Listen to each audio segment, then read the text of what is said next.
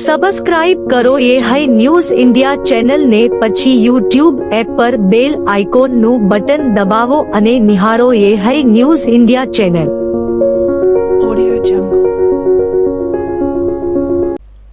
બનાસકાંઠા જિલ્લાના થરાદમાંથી પસાર થતી નર્મદાની મુખ્ય કેનાલમાં ભંગાણ સર્જાયું હતું। જમણા અને લડાઉ બ્રિજ વચ્ચે મુખ્ય કેનાલમાં ભંગાણ સર્જાતા ખેડૂતોના જીવ તાળવે ચોંટી ગયા હતા। મુખ્ય કેનાલમાં વરસાદના પગલે મોટું પોલાણ થતાં કેનાલ તૂટવાની દહેશતે ખેડૂતોને અને આજુબાજુના ગામોમાં ભારે નુકસાન કરી શકે તેમ હતું, જેના પગલે ખેડૂતોએ મૌખિક રજૂઆત કરી હતી, છતાં કામગીરી ન થતાં ખેડૂતોએ મીડિયાનો સહારો લીધો હતો, જેનો સંપૂર્ણ અહેવાલ યે ન્યૂઝ ઇન્ડિયા ચેનલમાં પ્રકાશિત કરવામાં આવ્યો હતો અને યે ન્યૂઝ ઇન્ડિયા ચેનલના પ્રતિનિધિએ નર્મદા નિગમના અધિકારી જોડે ટેલિફોનિક વાતચીત કરી હતી અને કામગીરી તાત્કાલિક ધોરણે પૂર્ણ કરવાની ખાતરી આપી હતી। જોકે આ મુખ્ય કેનાલમાં પાણીનો પ્રવાહ વધે અને કેનાલ તૂટે તો ખેડૂતોનું ખેતર જળબંબાકાર જેવી પરિસ્થિતિ નિર્માણ પામી શકે તેમ હતી, જેને લઈને ખેડૂતોમાં ચિંતાનું મોજું ફરી વળ્યું હતું। આખરે નર્મદા વિભાગ દ્વારા આજરોજ મુખ્ય કેનાલમાં પડેલા મોટા ભંગાણનું રિપેરિંગ કામ કરવામાં આવ્યું હતું, જેને લઈને ખેડૂતોમાં હાશકારો અનુભવાયો હતો। બનાસકાંઠા જિલ્લાના થરાદ પાસેથી પસાર થતી નર્મદાની મુખ્ય કેનાલમાં અવારનવાર ગાબડા પડવાના બનાવો બનતા હોય છે, ત્યારે જમડા પુલિયા પાસે કેનાલની દિવાલ તૂટી અને ભૂવો પડતા મોટું ભંગાણ સર્જાયું હતું, જેને લઈને ત્યાંથી પસાર થતા વાહન ચાલકો અને ખેડૂતોમાં ભયનો માહોલ જોવા મળ્યો હતો। જોકે સ્થાનિક ખેડૂતે ધેગાભાઈએ જણાવ્યું હતું કે જમણા પુલ પાસે મુખ્ય કેનાલમાં ભૂવો પડવાથી મોટું ભંગાણ થયું છે, જેને ત્યાંથી લઈને પસાર થવું પણ ડર લાગે છે।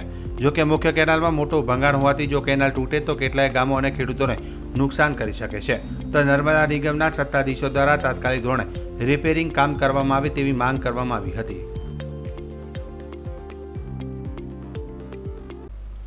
બનાસકાંઠા જિલ્લાના દિયોદર ખાતે હર ઘર તિરંગા યાત્રા શહેરના મુખ્ય માર્ગો પર નીકળી હતી। આઝાદીના પર્વની ઉજવણીની તૈયારીઓના ભાગરૂપે રાજ્ય સરકાર દ્વારા 9 ઓગસ્ટથી 15મી ઓગસ્ટ સુધી દેશના પર્વની ઉજવણી કરાઈ રહી છે, ત્યારે વિવિધ કાર્યક્રમની ઉજવણી પણ કરવામાં આવી રહી છે।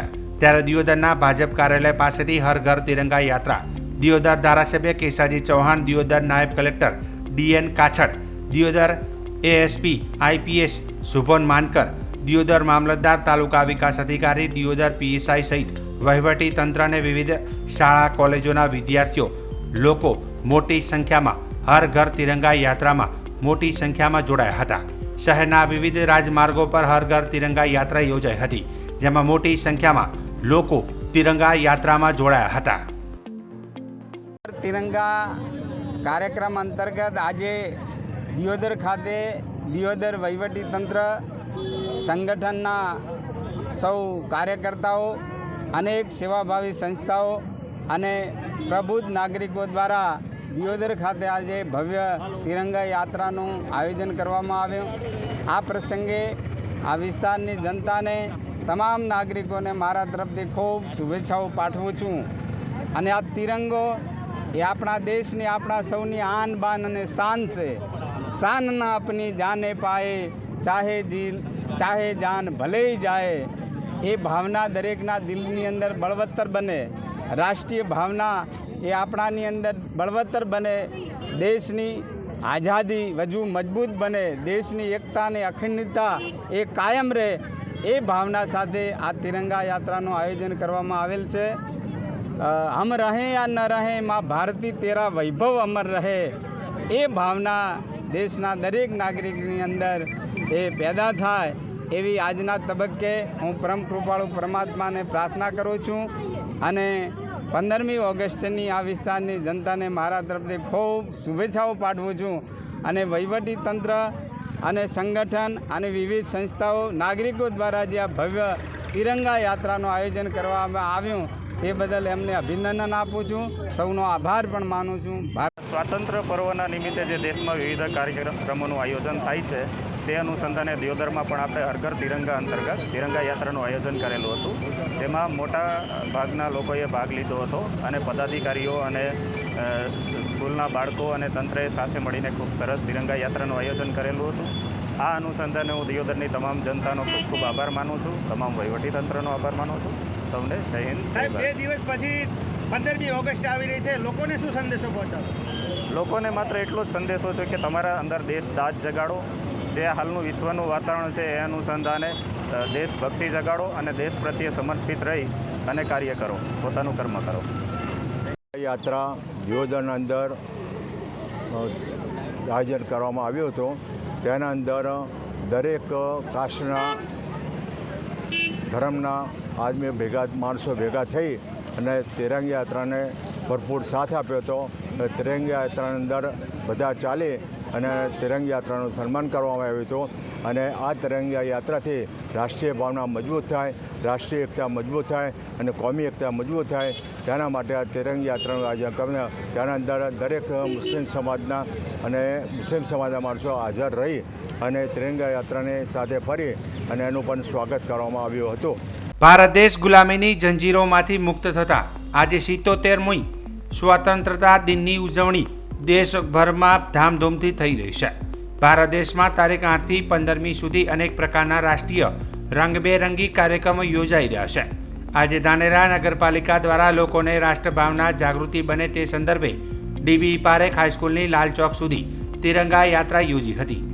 સવારે 9 વાગ્યાથી ડીબી પારેખ હાઈસ્કૂલથી તિરંગા યાત્રા પસાર થઈ બસ સ્ટેશન થઈ લાલ ચોક સભા સ્વરૂપે યોજવામાં આવી હતી. અને તિરંગા યાત્રા ધાનેરાની ડીબી પારેખ તેમજ કોલેજના અન્ય શાળાના વિદ્યાર્થી ભાઈ બહેનો પણ હાથમાં રાષ્ટ્રધ્વજ સાથે વિશાળ સંખ્યામાં દેશભક્તિના સૂત્રો સાથે દેશભક્તિનું વાતાવરણ ઊભું થયું જોવા મળ્યું હતું. આ પ્રસંગે ધાનેરા નાયબ કલેક્ટર ઠક્કર સાહેબે મામલતદાર અને વહીવટદાર તરીકે ચાર્જમાં એવા બેન જે.આર. મહેતા, ચીફ ઓફિસર એપીએમસીના ચેરમેન વિરલભાઈ પટેલ, ભારતીય જનતા પાર્ટીના ભગવાનદાસ પટેલ તેમજ શહેરના મંત્રી પ્રમુખ તેમજ તાલુકાના મંત્રી પ્રમુખ, ધાનેરાના પીઆઈ પટેલ, પોલીસ સ્ટાફ તથા દરેક શાળાના આચાર્ય શિક્ષકગણો, નગરપાલિકા તેમજ સરકારી ઓફિસના કર્મચારી, ગામના આગેવાનો તેમજ વિદ્યાર્થી ભાઈ બહેનો, ભારતીય જનતા પાર્ટીના યુવા સંગઠનના પ્રમુખ મંત્રી તેમજ કાર્યકર્તાઓ, મહિલા મોરચાના પ્રમુખ મંત્રી તેમજ કાર્યકર્તાઓ સહિત નાગરિકો ઉપસ્થિત રહીને તિરંગા યાત્રાને સફળ બનાવી હતી.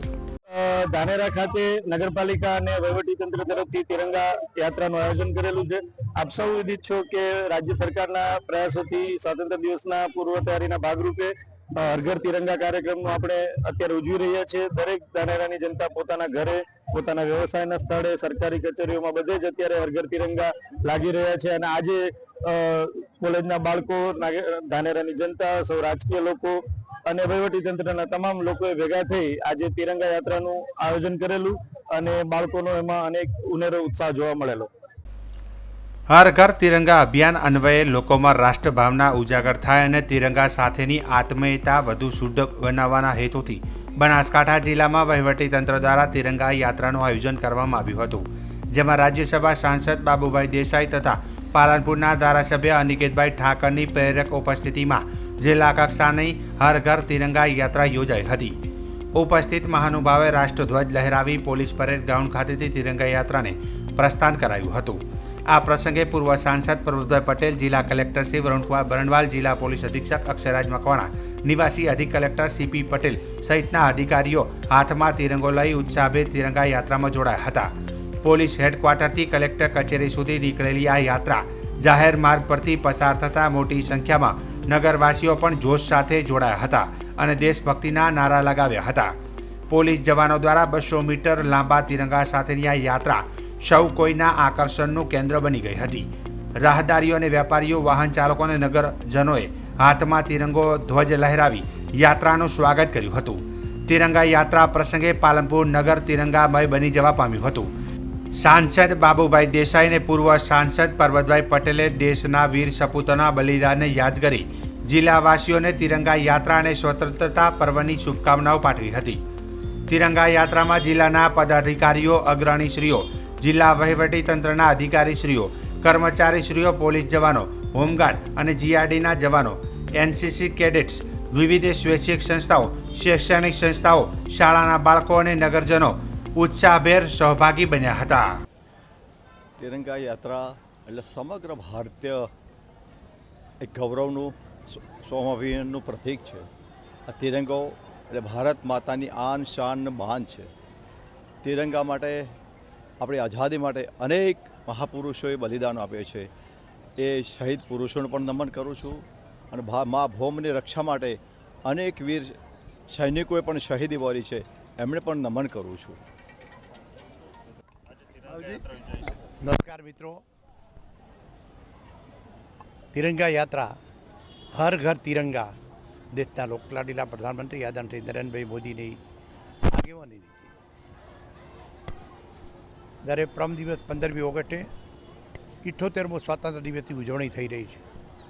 તિરંગા યાત્રા સમગ્ર પ્રજાજનની હિન્દુસ્તાનવાસીની આન બાન ને શાન જે છે કે આ તિરંગાનું જે માન છે એમાં એક એક જણને આઝાદી મેળવવામાં જે લોકોએ શહીદી વોરી છે, કેટલાય બલિદાનો આપ્યા છે, પૂજ્ય મહાત્મા ગાંધી, સરદાર વલ્લભભાઈ પટેલ, સુભાષચંદ્ર બોઝ જેવા કેટલાય લોકોએ, અને સરહદની રક્ષા ઉપર જે જવાનો પણ જ્યારે એમની સેવા કરી રહ્યા છે. આ બધામાં મિત્રો ભૂતકાળ આપણો એવો હતો કે 15મી ઓગસ્ટ ને 26મી જાન્યુઆરી એટલે માત્ર મારા બાળકો, શાળાના બાળકોને તિરંગો ફરજિયાત ઝંડા દિવસ તરીકે ધ્વજવંદન કરવાનું, બાકી રજા બધા માણતા હતા.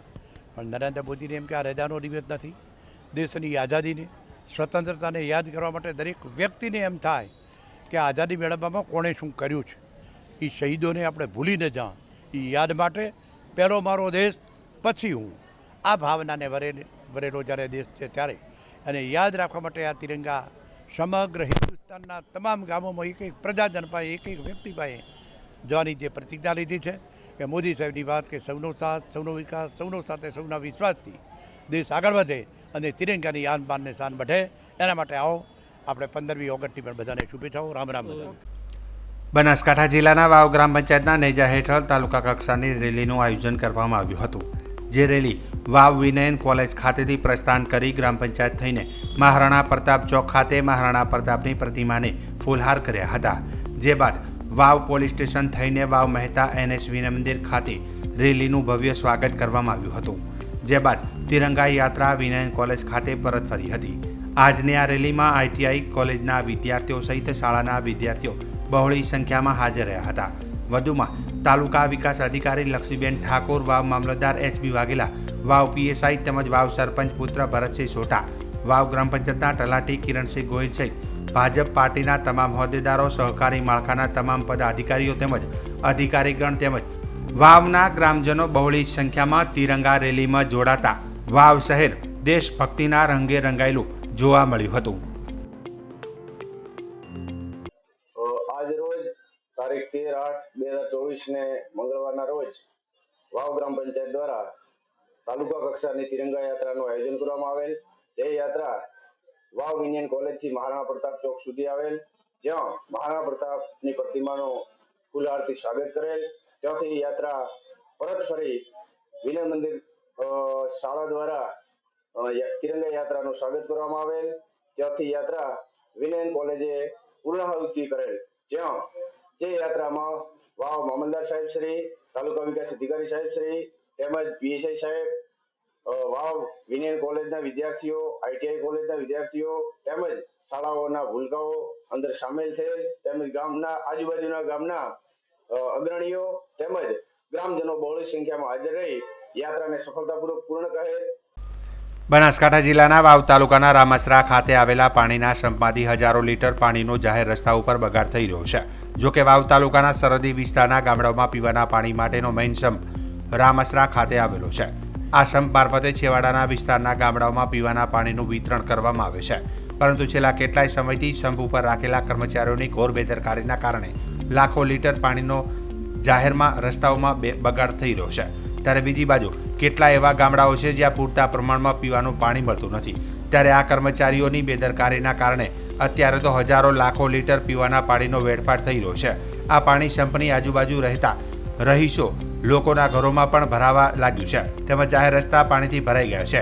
ત્યારે આ બાબતે જવાબદાર તંત્ર દ્વારા ગંભીરતાથી નોંધ લઈ આવા કર્મચારીઓ સામે યોગ્ય પગલાં ભરવા ગ્રામજનોની માંગ ઉઠી છે.